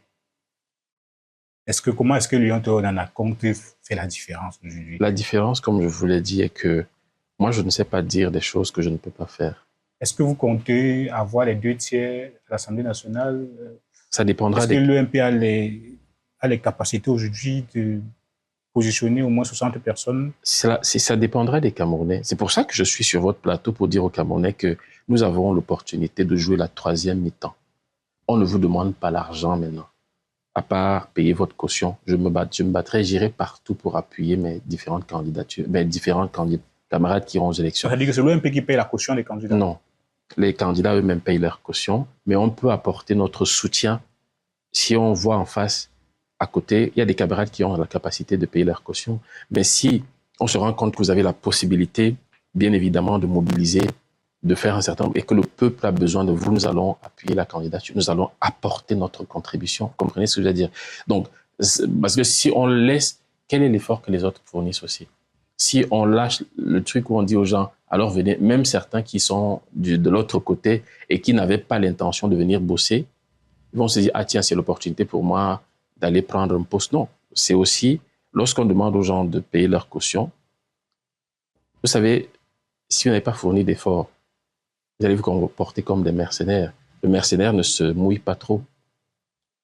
On est d'accord, dans un match de foot, on vous emmène quelque part, les mercenaires ne se mouillent pas trop. Ils essayent de protéger leur tibia lors de matchs de foot. Donc, c'est une façon de dire que ceux qui peuvent payer les cautions, ils auront l'investiture gratuitement. Et comme je l'ai dit, je l'ai promis, j'irai partout où besoin se fera pour aller les soutenir lors des campagnes. Maintenant, ceux qui ne peuvent pas payer des cautions, qui n'ont peut-être pas la possibilité ou alors qui ont... nous allons nous battre. Si les Camerounais adhèrent à l'OMP, nous allons prendre ce que nous avons dans les caisses du parti pour appuyer le peu qu'on peut appuyer. Ça ne veut dire pas qu'on n'a pas besoin, on en a besoin, on a même besoin que les gens puissent nous apporter leur soutien, qu'on nous apporte le soutien en termes de dons, en termes d'adhésion, on en a besoin. C'est pour ça qu'on a mis en place un site internet. Donc, l'OMP n'a pas les moyens le ministère des Finances. L'OMP ne gère pas le ministère des Finances. Vous insistez beaucoup sur l'investiture gratuite. Est-ce que c'est payant généralement? Est-ce qu'on paye l'investiture au sein des partis politiques? Être militant ne suffit pas? Moi, je parle au nom de l'OMP. Je ne parle pas au nom des autres partis politiques. J'insiste là-dessus. À l'OMP, l'investiture est payante? Non. L'OMP J'insiste dessus parce que je sais de quoi je parle. Les partis politiques aujourd'hui, beaucoup monnaient l'investiture. Moi, je dis, l'OMP, vous voulez être investi pour être maire, conseiller municipal, pour être conseiller municipal ou député, l'investiture à l'OMP est gratuite. C'est moi qui les signe. Je suis président national du parti et on va les signer. Même à minuit, nos téléphones sont ouverts. Vous voyez, tout à l'heure, vous m'avez demandé pourquoi vous êtes assez... Je vous ai dit, qu'est-ce que je vous ai répondu quoi? Je vous ai dit qu'on ne peut pas gouverner un pays, un peuple dont on ne connaît pas. Comment je vais aller aider un peuple ou alors assumer mon peuple, l'encourager si je ne le connais pas? Donc, ceux qui veulent être candidats, ils ont l'opportunité. Du non, peu importe Ils auront l'investiture gratuitement. Mais nous voulons simplement des gens sérieux. Nous voulons des gens qui aiment le Cameroun, qui ne veulent pas avoir des postes à l'Assemblée ou dans des mairies pour faire leur business. C'est pour ça que nous avons mis en place une charte et un engagement public. Ça veut dire que si vous êtes candidat à l'Est, lorsque je viens chez vous, j'ai dit aux populations, voilà ce que votre candidat a signé. Si demain, il sort, voilà 10 projets dont il s'est engagé à mettre en place, si en mi-mandat, on n'a pas au moins 5 des projets dont il a pris l'engagement de mettre sur pied, alors pour nous, ce sera considéré comme une trahison à l'OMP. Parce que il faut faire ce qu'on dit. Et il faut dire ce qu'on peut faire, en fait. Est-ce que les conditions actuelles vous semblent-elles réunies pour garantir des élections crédibles, transparentes et apaisées au Cameroun? Vous savez, comme je vous ai dit, les gens, il y a trop de colère. Sur ce point de la colère, il y a trop de colère dans l'air. Et c'est notre rôle en tant que leader politique d'apaiser, au-delà d'apaiser, de rassembler. Maintenant, les conditions techniques, je ne connais pas. Le président vous a dit qu'il y avait quelques difficultés financières. C'est ce qu'il a semblé dire dans son propos. Dans son propos, ça veut dire que c'est à l'État de trouver les moyens. Maintenant, au niveau de la transparence électorale, vous voulez parler de ça, vous savez, dans notre contexte, on ne peut pas exiger aux gens qui aiment fonctionner dans l'obscurité d'appuyer l'interrupteur. C'est à nous d'appuyer l'interrupteur et de garder la lumière constante pour changer la règle. Comment est-ce qu'au sein de l'UMP, vous comptez faire pour sécuriser vos voix? Nous pensons que le peuple doit être mis à contribution et le peuple doit aussi prendre conscience que les partis politiques ne sont pas des outils magiques où, par un coup seul, les leaders d'un parti changent le Cameroun. Non, c'est chacun qui doit participer à ce changement-là. Ça veut dire quoi? Vous avez voté dans le bureau de Bounamou Sadi, d'accord? Dans le bureau de Bounamou Sadi, c'est un seul jour, vous avez la possibilité de vous délivrer. Restez à Bounamou Sadi. Et prenez votre téléphone pour filmer le résultat. Et à l'OMP, nous allons mettre en place une cellule qui va recueillir les informations de chaque arrondissement. En fait. Il me semble que les Camerounais ont fait ça en octobre, ça n'a pas beaucoup fonctionné. Je vais vous répondre. Quel est le dernier candidat au Cameroun qui a eu 35%? À qui le pouvoir en place a octroyé 35%? C'est Jérôme Bakary. OK. Combien d'opposants ont eu ce chiffre? Presque pas. Ça veut dire que le peuple, plus ou moins, a gagné cette bataille. Vous savez, on est dans un champ. Mais aujourd'hui, il n'est pas là. Non, moi je ne parle pas. Non, je suis pas le porte-parole de M. Chiroma. Oui, non, je veux dire que le peuple a fait son choix. Mais vous avez les hommes politiques, les leaders politiques ont demandé restez surveiller vos votes et nous ferons le reste après. Et après. Quels hommes politiques ont dit ça? Plusieurs hommes politiques ont demandé aux Camerounais de rester dans les bureaux de vote, suivre les votes, filmer tout, balancer partout. Mais après, le Conseil constitutionnel a dit que ce que les Camerounais avaient dit là, c'était pas ça. Et quelle est la réponse que vous voulez que je vous donne, en fait? Vous voulez que je commente l'attitude de M. Chiroma, c'est ça? Non, c'est pas ça. C'est que je veux que vous nous dites comment est-ce que vous, au sein de l'EMP, concrètement, vous comptez résoudre ce problème lors des élections. Est-ce que vous acceptez quand même que le peuple camerounais s'est majoritairement exprimé en faveur du changement? Oui. OK. Est-ce que tout à l'heure, vous avez reconnu que c'est la première fois que le régime octroie 35% à un candidat de l'opposition? On est d'accord? Sachez que c'est pas à la première goutte d'eau qui peut remplir un vase. Le résultat de M. Chiroma en 2025 est la conséquence ou alors le résultat de plusieurs années de combat, que ce soit du MRC, du SDF, de tous ces aînés-là qui ont bataillé, qui ont donné de leur temps, de leur énergie, même de leur propre vie pour en arriver là. Ce n'étaient pas les efforts essentiels de l'homme on l'a pu l'appeler comment? Le bon diable. Le bon diable. Ce n'était pas ses efforts à lui seul. Donc, il faut reconnaître ça. Il faut reconnaître le peu qui a été fait. On est parti de 14% entre guillemets en 2018 à 35%. Ça veut dire que en 2026, lors de ces élections, l'opposition, si elle est toujours réunie, rassemblée, avec des leaders capables de porter la voix et de refuser la corruption, on est capable de renverser la table. Et si l'opposition gère l'Assemblée nationale, si l'opposition est majoritaire à l'Assemblée nationale, le gouvernement, la constitution du gouvernement nous revient. La deuxième chose, on pourra désormais, tout au moins, influencer pour préparer la nouvelle République, tout simplement. Donc, qu'est-ce que l'OMP peut faire à ce sujet? Nous, notre discours, il est simple. Nous demandons aux gens de participer à la surveillance des bureaux de vote, de contribuer de manière apaisée lors des scrutins à avoir le résultat, le vrai résultat. Moi, j'aimerais que là où l'OMP a perdu, qu'on me montre la preuve. Là où j'ai gagné, que j'ai également une preuve. Un jour, on m'a posé la question sur les PV de M. Thio. Moi, je leur ai dit, moi, ce qui m'intéresse, c'est d'aller voir si Elekam conteste ce qu'il a publié. Et jusqu'ici, personne d'Elekam n'a contesté les procès-verbaux. Et vous savez, on ne va pas rester en 2025. On est d'accord. On ne va pas rester en 2025. Aujourd'hui, nous sommes en 2026. Il y a une élection présidentielle qui a eu beaucoup de tensions. Est-ce que vous pensez que la page de l'élection présidentielle est derrière nous? Sur le plan des institutions, pour eux, c'est derrière. Mais dans le subconscient des Camerounais, puisque vous en parlez, ça veut dire que c'est encore présent. C'est pour ça qu'il faut apaiser les tensions. Au-delà de tout, l'État a la responsabilité de rassurer le peuple. De rassurer, mais bon, comme vous voyez, c'est un peu un exercice difficile pour certains de parler le langage de paix, d'essayer d'apaiser les tensions, de rassembler les Camerounais au-delà de ce qui s'est passé en 2025. Donc, si les institutions ont tourné la page, certainement vous, en tant que journaliste qui revenez avec sur le plateau, ça veut dire que c'est toujours pressant. Vous comprenez ce que je veux dire? Ici, il y a une bonne partie de l'opinion qui estime que aller aux élections législatives et municipales sont les mêmes causes qui produiront les mêmes effets avec ce qui s'est passé en 2025. Quelle sera la plus-value si on ne part pas aux élections? C'est pas parce que vous avez boudé un repas que les autres ne vont pas le manger, vous comprenez? Vous savez, je pense que quand vous vous levez d'un siège, vous vous levez de là, quelqu'un d'autre viendra s'asseoir. On ne quitte pas un champ, comment on appelle ça, les tatamis, c'est ça? Un tatami, quand le combat n'est pas terminé.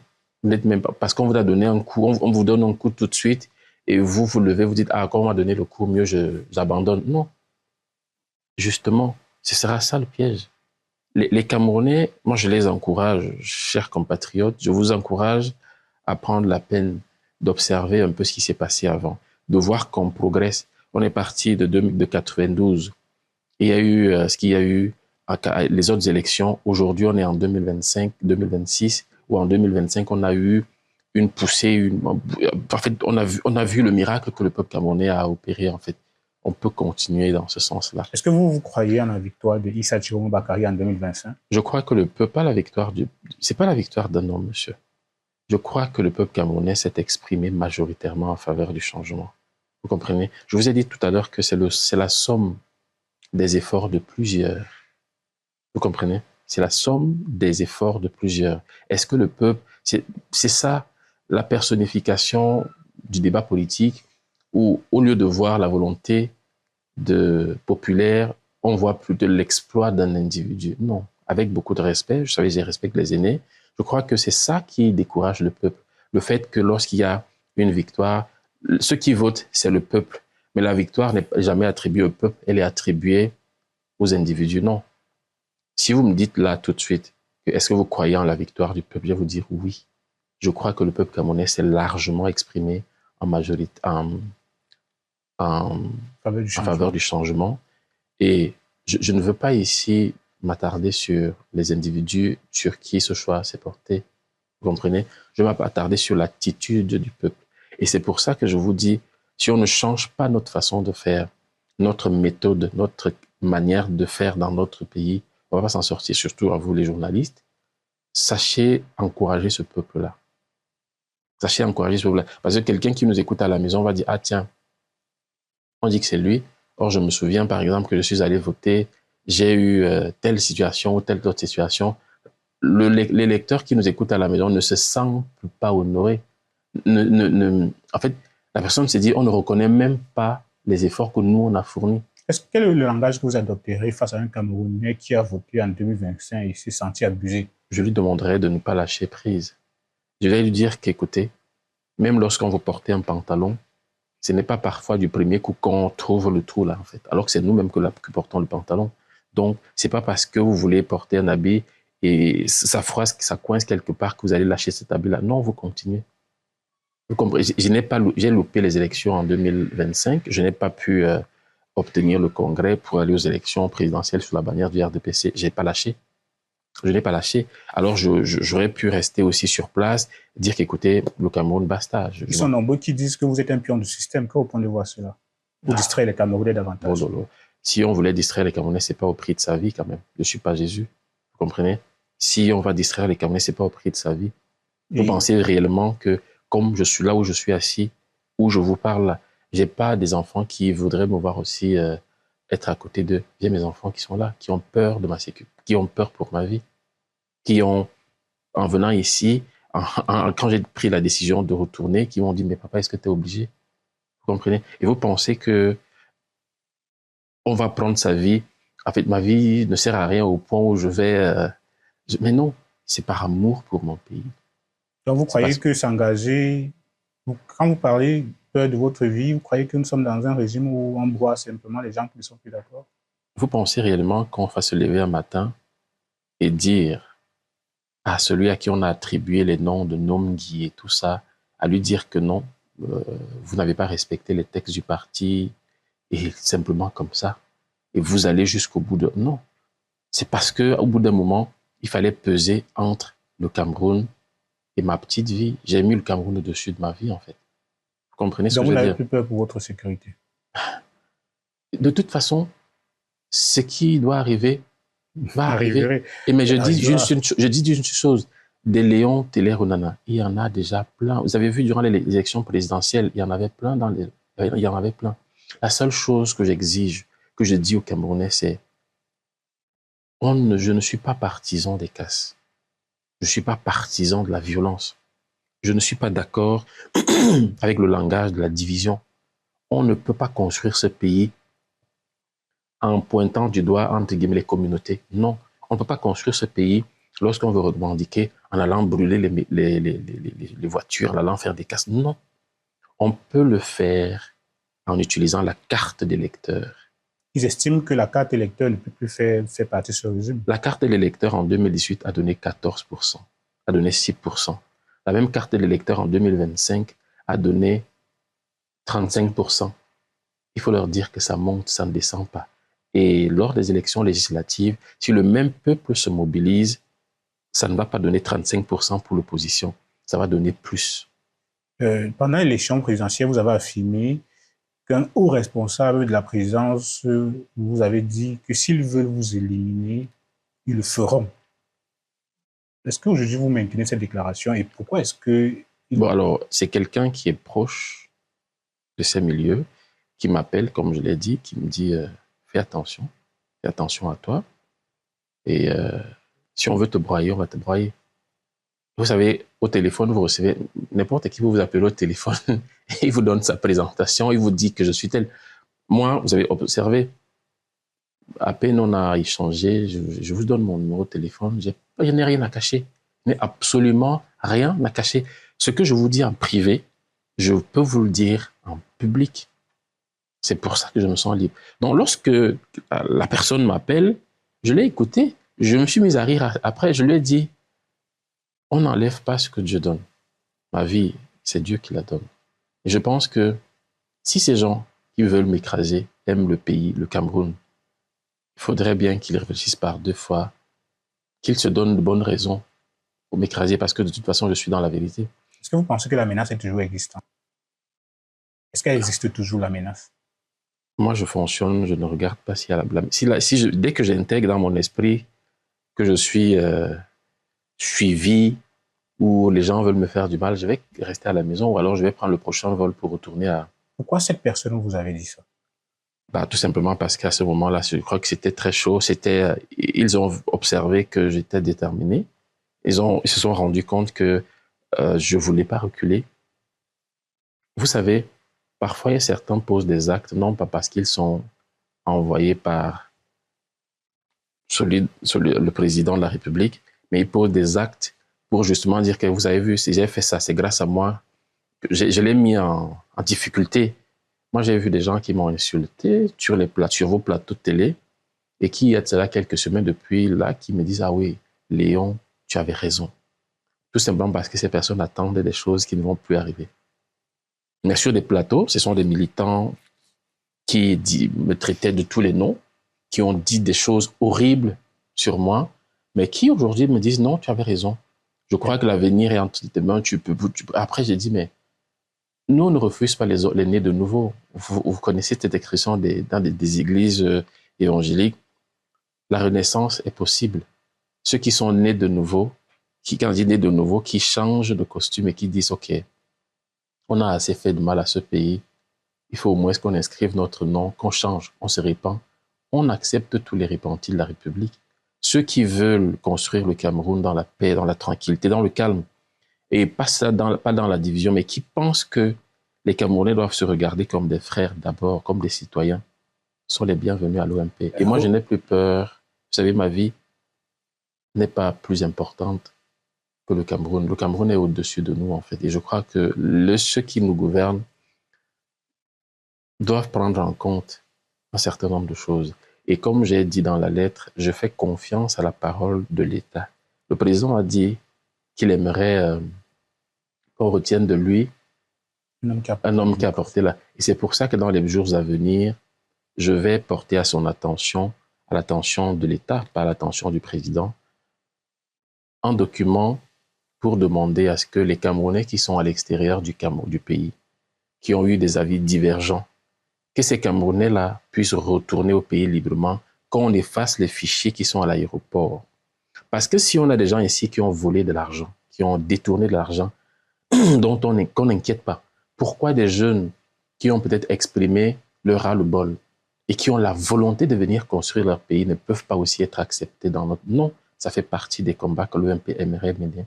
Pour cela, il faudrait déjà libérer les prisonniers politiques issus des différentes crises. Je suis d'accord. C'est pour ça que dans mon propos à l'aéroport, je l'ai dit, que j'irai à la rencontre des prisonniers parce que je crois qu'on n'a pas besoin de ça. Et j'ai quand même eu vent de ce qu'il y a des personnes qu'on a commencé à libérer. Ça aussi, il faut quand même aussi le reconnaître parce que j'ai appris. Et c'est comme, j'ai une pensée forte pour des personnes depuis 7 ans qui ont été arrêtées lors de la première crise avec le MRC. Ces personnes devraient être mises en liberté. Je pense au professeur Alain Foguet, à Bibou Nissak et plein d'autres que je ne connais pas. Le Cameroun aujourd'hui a besoin d'être apaisé. On a besoin de se rassembler. Moi, je pense, demain, je vois plutôt une table ronde où ceux qui gouvernent actuels et ceux qui sont là, on peut s'asseoir pour dire, OK, notre pays a assez souffert comme ça. Trouvons notre chemin. Et je pense, on n'a pas besoin de s'éterniser au pouvoir pour être utile à son pays. Depuis votre retour au Cameroun, est-ce que vous vivez une crainte réelle pour votre sécurité? Bon, je suis pour être honnête avec vous, c'est plutôt les membres de mon équipe qui sont très stressés. Je les vois, j'observe, même s'ils ne l'expriment pas, je vois tout ce qui se passe autour de moi. J'ai peur. Je suis un homme. Mais la peur ne me domine pas. Vous comprenez? Je suis comme vous, j'ai le sang, j'ai les os, mais comme je vous ai dit, je suis censé montrer le chemin. Et si, en montrant ce chemin, je montre les signes de faiblesse ou les signes de peur, c'est que je ne sais pas, je n'ai plus mon rôle dans l'arène politique. Et je crois que je peux, avec la grâce et surtout l'appui des camarades et des Camerounais, nous pouvons ensemble contribuer à apaiser l'arène politique, le climat politique, les tensions politiques dans notre pays. Et si quelqu'un ne fait pas ce pas-là, on va rester comme ça, on va rester figé, ça ne va pas avancer. Le pas que j'ai fait, c'est le pas de l'apaisement, pas du renoncement, le pas où on peut construire le Cameroun avec tous ces endroits. C'est pour ça que je vais dire, je vais insister sur le fait que l'État du Cameroun efface, par exemple, le fichier à l'aéroport qui, au moment où certains Camerounais entrent, on leur dit vous ne ressortez plus parce que vous avez fait ci ou ça. On ne peut pas continuer comme ça. On ne peut pas continuer comme ça. Et aujourd'hui, comment vous réagissez face au dernier discours du président de la République du 31 décembre 2025 qui disait que le remaniement ministériel devrait arriver dans les tout prochains jours. Et nous sommes aujourd'hui à 1 mois et demi, le remaniement n'est toujours pas là. Et le 10 février, il disait également qu'il sait que ce remaniement est très attendu. Est-ce que vous croyez qu'il y a quelque chose qui coince? Qu'est-ce qui, selon vous, comment vous avez accueilli ça? Si j'étais à votre place, j'aurais posé la question à mon invité, la question de savoir est-ce que le fameux remaniement qui va intervenir va vraiment impacter la vie des Camerounais. Ils sont nombreux qui disent que ce sera un tsunami. Oui, changer les hommes et ne pas changer les méthodes, ça ne sert à rien. Qui est-ce qu'on va prendre? Qui est-ce qu'on va prendre au Cameroun aujourd'hui dans cette équipe-là qui viendra faire le contraire de ce qu'on connaît déjà? Vous connaissez? On peut vous consulter. Consulter pour faire... Je sais pas... je suis pas... Vous savez, j'ai failli vous dire quelque chose, bon, c'est devant les caméras, mais consulter pour quoi faire? Pour diriger un département ministériel. J'ai demandé le congrès ce qu'ils ont donné. C'est ça la vraie consultation. C'est ce que je voulais. Moi, je voulais le congrès. Le congrès pour changer les méthodes, pour changer la manière de gouverner, pour apaiser les Camerounais, pour donner de l'espoir aux Camerounais. C'est ce que je voulais changer lors du congrès. Est-ce que si le président vous appelle, vous allez refuser? Si le président m'appelle parce qu'il veut demander un conseil, comment bien gouverner, je vais lui donner. Mais s'il m'appelle pour être ministre de la République, je crois que je peux être président, pas ministre. Je peux le remplacer plus tôt. Et c'est dans ce sens-là que nous travaillons. Vous savez, je vais être très clair avec vous. Je ne rentre pas dans l'arène politique pour meubler, en fait, pour faire... Moi, je vais être clair avec les Camerounais. Lorsque je me suis engagé, bon, je ne me suis pas engagé en 2025, mon engagement date de plusieurs années aujourd'hui. Je m'engage en politique parce que j'estime que je peux apporter quelque chose de nouveau. Vous comprenez? Je ne cherche pas un poste ministériel.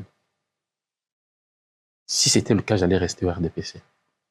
S'il y a des jeunes qui veulent être ministres, bah, bon vent à eux. Ministre dans ce gouvernement, bon vent à eux. C'est comme si on jouait les prolongations d'un match qui est censé être terminé déjà. Donc, non. Et par rapport au remaniement ministériel, vous croyez que ça bloque? Pourquoi? Ah bah écoutez, ça bloque parce que c'est des clans qui se forment, c'est des luttes de positionnement. Mais bah après, moi, ce qui m'intéresse, c'est est-ce que le remaniement les nouveaux noms qui vont lire à la CRTV vont avoir un impact sur le quotidien des Camerounais? Est-ce que, je vous prends un exemple simple. Ces gens qui vont être nommés vont gérer quel budget? Le budget qui a été voté par ceux qui sont là, par les députés du RDPC qui sont là. Vous avez vraiment analysé le budget du Cameroun cette année? Quand un pays affiche moins de 400 milliards de francs pour supporter, pour ménager la santé de ses citoyens, vous pensez que c'est sérieux? Non. Quand vous voyez le budget qu'on a alloué à l'éducation qui est censé être, oui. Quand vous voyez, même au niveau de la défense, notre pays, on a besoin, par exemple, de renforcer notre présence militaire au niveau des frontières. Bon, d'ailleurs, je salue aussi cet aspect. Il y a quand même des efforts qui sont fournis dans ce sens-là. Ça, pour une fois, en opposant dit quelque chose de... J'encourage ça. Mais on peut faire mieux. Regardez ce qui se passe à travers le monde. Regardez ce qui se passe à travers le monde, comment le monde est en train de se... les influences et tout. Quelle est la position de notre pays dans ce sens-là? Moi, en tant que citoyen, j'aimerais être sûr que si on a un problème, voilà comment l'État va réagir. Mais allez regarder le budget de 2026. Allez regarder le budget qui est alloué à la formation. On vous dit 50 milliards ont été alloués à la jeunesse. Mais dites-moi, monsieur, qu'est-ce que vous faites avec 50 milliards pour les jeunes et les femmes? Il y a combien de... Le Cameroun a plus de 50% de sa population qui est très jeune. Comment on organise cet argent? On vous dit qu'il y a une enveloppe. L'enveloppe sert à quoi? C'est pour faire quoi? C'est pour régler quelle situation? On ne vous explique pas. C'est des effets d'annonce. Pour vous, même si les hommes sont changés... Mais ces hommes-là viendront gérer le budget que vous avez voté. Pour vous, c'est quoi? C'est le système qu'il faut dégager? Mais c'est le système qu'il faut changer. Regardez, c'est comme si on vous mettait dans un véhicule dont le moteur est... En fait, je prends un exemple. Vous sortez là tout de suite, on vous donne les clés d'un véhicule flambant neuf, mais il n'y a pas de moteur dedans ou le moteur a coulé. Vous allez mettre la ceinture de sécurité. Dès que vous allez mettre la clé, ça ne va pas fonctionner. C'est exactement ce qui va se passer avec ce gouvernement. Et moi, je demande au Cameroun de ne rien attendre de précis. Il n'y a rien. Je crois que les élections législatives et municipales nous donnent la possibilité de changer le Parlement, de changer des hommes qui sont au Parlement. Et moi, j'invite les jeunes, même les jeunes qui sont même dans ce parti, je leur demande de prendre. S'ils ne sont pas inclus dans les listes, ils ont la possibilité de nous rejoindre. Ils peuvent nous rejoindre. S'ils veulent réellement construire le Cameroun, ils ont la possibilité de nous rejoindre et ils auront, comme je l'ai dit, l'investiture gratuitement, à condition que la charte d'engagement et un certain nombre de choses, les 10 projets obligatoires que l'OMP oblige à ses élus d'implémenter, que ce soit respecté, parce que il n'y a rien de nouveau sous le soleil. Depuis l'accession du président Biya à la magistrature suprême, il y a eu plusieurs gouvernements, mais le résultat est là. Quand vous sortez là, vous ressentez ces résultats, vous le voyez. Et vous avez déclaré lors d'une récente sortie, d'une dernière de vos sorties, vous avez déclaré, je cite, « Ceux qui entourent le président ne travaillent ni pour lui, ni pour le peuple ». Sur quel constat fondez-vous les affirmations aussi lourdes de conséquences? Je m'appuie sur un fait. Qui sont ceux qui sont indexés lorsqu'il y a des détournements? Le président ne peut pas vous nommer si vous n'êtes pas son proche, on est d'accord. Est-ce que on vous a laissé gérer un budget, vous? Non. Donc, justement... Au sein du gouvernement, il y a des gens qui ne sont pas totalement proches du président, mais comme qui ont été nommés. C'était bon, non. Je cite n'importe quoi. Citez. Le ministre de la Jeunesse. Qui? Monsieur Mounouna Foutou. Mais c'est un fervent défenseur, c'est un fervent disciple du président. Tous sont défenseurs, ou du moment où on les a déjà nommés. Mais est-ce que le président, il y a parfois un gouvernement d'union? Pourquoi on ne vous nomme pas, vous, en fait? Parce qu'on ne vous connaît pas, vous n'êtes pas du système, vous n'êtes pas proche du président. Le président ne peut nommer que ses amis. Et il ne faut pas... Il y a des formations politiques qui sont les présidents de formations politiques qui sont nommés dans le gouvernement. Comme qui, par exemple? D'autres avaient démissionné. Monsieur Issa Chiroma Bakari, Monsieur Bello Bouba Maïgari. Ah, ils avaient démissionné. OK. Mais moi, je vais vous dire une chose. On va rester sérieux. On va vraiment rester sérieux. Je vais pas être malpoli vis-à-vis des aînés qui, plus ou moins, sont donnés le meilleur de ce qu'ils pouvaient avoir à donner au Cameroun et qui, aujourd'hui, à mon avis, doivent aller se reposer. Ce sont des aînés qui se sont battus.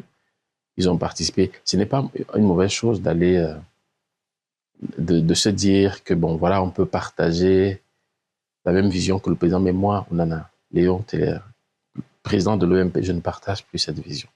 Je crois que le président a eu un moment où ce qu'il proposait était utile. Vous comprenez? Au moment où on sort des indépendances et qu'il prend après le président Ahidjo, oui, c'était bon. Aujourd'hui, le Cameroun doit passer à un autre niveau. Il faudrait apporter des solutions. Et comme je vous ai dit, si lui-même, dans ses discours, il vous parle de rester soudé, c'est parce qu'il reconnaît implicitement, d'une certaine façon, qu'il y a un problème au Cameroun, celui de la division. C'est pour ça que je pense que peu importe qui on va nommer, même si on me nomme dans un gouvernement avec le même budget, peut-être si on reprend le même budget, si on reprend les choses au début, et il faut changer le système, clairement. Vous comprenez? Il faut changer le système simplement. Pour vous, selon vous, le président Paul Biya est mal informé et mal entouré? Ce que je sais du président Paul Biya, c'est tout simplement qu'il garde... Il y a un ministre de la République, le ministre Momo, par exemple, pour le citer clairement, qui a dit que le président, quand il vous nomme 7 ans, il préfère vous garder parce que vous avez déjà l'expérience. Le président garde les gens qu'il juge compétents. Et vous et moi, nous voyons cette compétence-là dans notre quotidien. On vit ça tous les jours. Donc, pourquoi vous voulez qu'il change des gens qu'il juge compétents? Maintenant, si vous pensez que ces gens ne sont pas compétents, allons-y aux élections, rejoignez l'OMP, allons prendre le Parlement et changeons les lois et changeons notre pays. C'est ce que je propose. Ok, nous allons sortir déjà de cette interview. Pendant l'élection présidentielle, il y a eu des répressions sauvages, il y a eu des personnes qui sont décédées, des multiples arrestations. Dernièrement, on parlait encore des détenus qui sont décédés à la prison de Goma, à PK-19.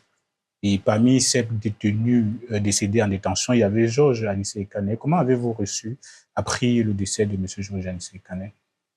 Écoutez, ça m'a fait beaucoup de mal parce que je n'ai peut-être pas connu la personne. Je l'ai vu, non, je l'ai vu physiquement à plusieurs reprises. C'est quelqu'un de notre génération. J'avais beaucoup de respect pour lui. En dehors de ça, c'est des aînés qui nous ont fait rêver un peu.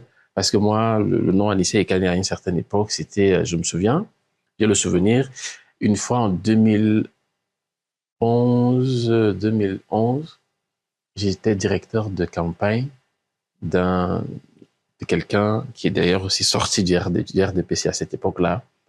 Et il y avait le président était à Douala, le président Biya était à Douala pour une campagne. Et on s'est donc retrouvé bloqué parce qu'il y avait un pont il y avait eu un souci avec le pont, ça s'était cassé. Bref, un truc qui empêchait la circulation. Et comme par hasard, on s'est retrouvé avec le président Anissé Ekane qui avait une Carina à l'époque grise. Je pense que je ne me souviens pas. Je suis allé vers lui, je l'ai salué. Il a commencé à me parler comme si on s'était vu, on se connaissait. Il m'a dit, après, lui ne savait même pas qui j'étais. Et après, c'est institutionnel lorsqu'il est encadré. On aurait pu faire les choses autrement. Comme je vous ai dit, les Camerounais, en s'exprimant, se sont exprimés et ont voulu défendre leur vote. Ils ont voulu démontrer qu'ils n'étaient plus en phase avec ce qui se passait. Malheureusement, il y a eu des répressions et il y a eu le drame, la perte du président Anissé Ekane. Aujourd'hui, si la famille réclame son corps et veut clôturer ce chapitre, qu'on le laisse aller se reposer, je crois que c'est encore un autre... bref, je préfère ne pas dire ce que je pense parce que c'est dommage que l'État du Cameroun ne prenne pas à un certain moment la peine d'observer l'attitude de son peuple et de prendre en conséquence la volonté ou alors de prendre en compte la colère de ce peuple-là. Garder le corps, pourquoi? Avec pour quel objectif? Ils ne doivent pas faire ça. Donc, j'espère que ça va se régler. Moi, je vais essayer de me rapprocher de certaines personnes, de la famille surtout, parce que depuis que je suis arrivé, je ne suis pas passé là-bas. Je ne voudrais pas que ça soit un acte politique. Je voudrais aller là-bas discrètement pour aller présenter mes condoléances à sa famille. Mais il y a beaucoup de choses qui me font beaucoup plus de peine dans notre pays parce que j'ai l'impression que ceux qui sont au pouvoir aujourd'hui ne prennent pas conscience de la situation, de la gravité, de l'état d'esprit de leur peuple.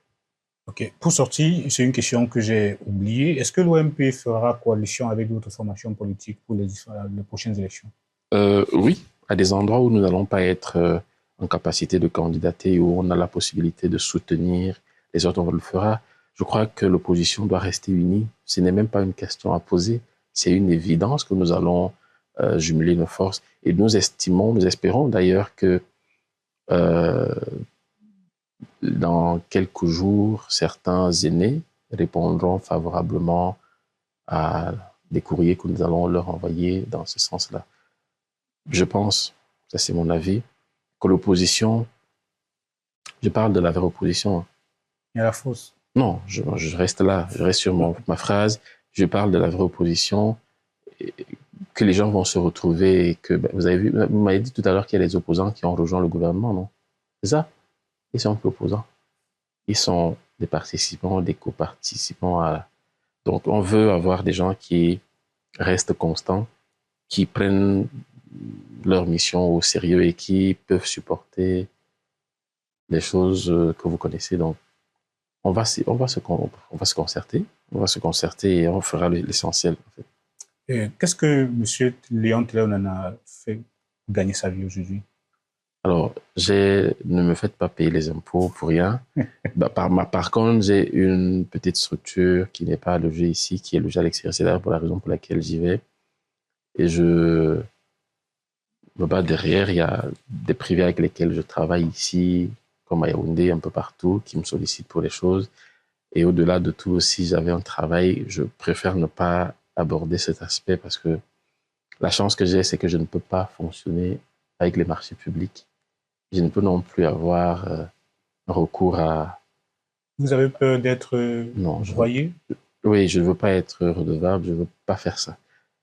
Pour l'instant, je crois chacun peut créer quelque chose pour vivre, mais il faut éviter d'utiliser l'argent de l'État comme étant une propriété privée, et c'est très important. En tant qu'homme politique, il faut savoir où mettre les pieds. Ok, je vais vous soumettre à un jeu. Vous pouvez décider de participer ou pas.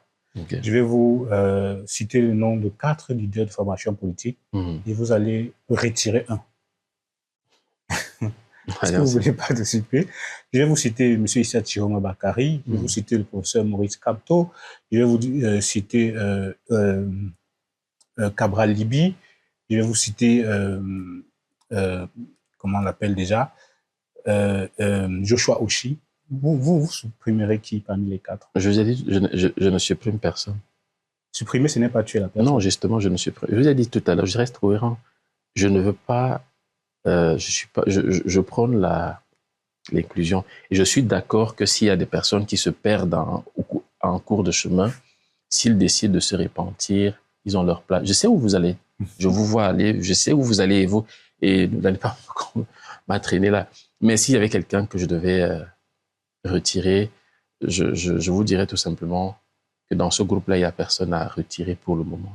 Je crois que même si parmi, il y a des gens qui ont fait de grosses erreurs, ils auront le temps de se rattraper, de se racheter. Ils ont la possibilité de retrouver le peuple. Vous comprenez ce que je veux dire?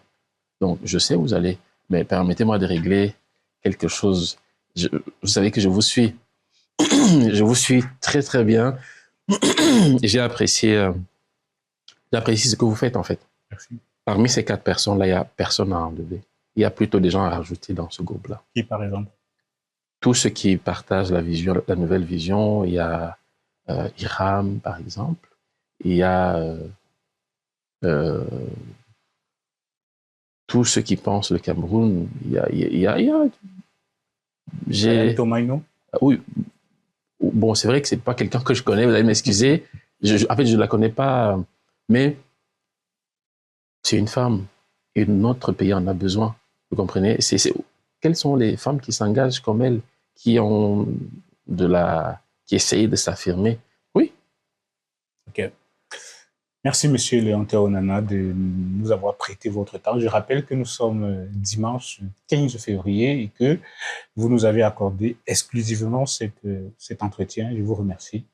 Moi, c'est moi qui vous remercie et surtout, je remercie vos internautes. J'espère qu'ils resteront gentils et courtois. Merci. Donc, je reviendrai au plaisir, il n'y a pas de souci. Je veux juste demander aux jeunes de s'engager en politique. Je voudrais vous demander à vous tous qui commentez, qui lisez ces informations, engagez-vous en politique. Le Cameroun ne va pas changer avec des extraterrestres. Ce que nous faisons, ce n'est pas la magie. Il faudrait qu'il y ait des personnes qui peuvent avancer et qui peuvent aussi participer à calmer les tensions, au-delà de tout, à rassembler les Camerounais. Et l'OMP vous tend la main. OK. Alors, mesdames et messieurs, vous l'avez entendu, nous étions aujourd'hui avec M. Léon Taylor Onana, président de l'OMP, aujourd'hui candidat aux prochaines élections, sans toutefois préciser lequel. Merci d'être resté jusqu'à ce niveau sur Cameroun Investigation. Nous allons nous retrouver la semaine prochaine avec un nouvel invité pour parler de l'actualité politique de notre pays. Nous contribuons au débat citoyen. Bien le bonsoir, mesdames et messieurs.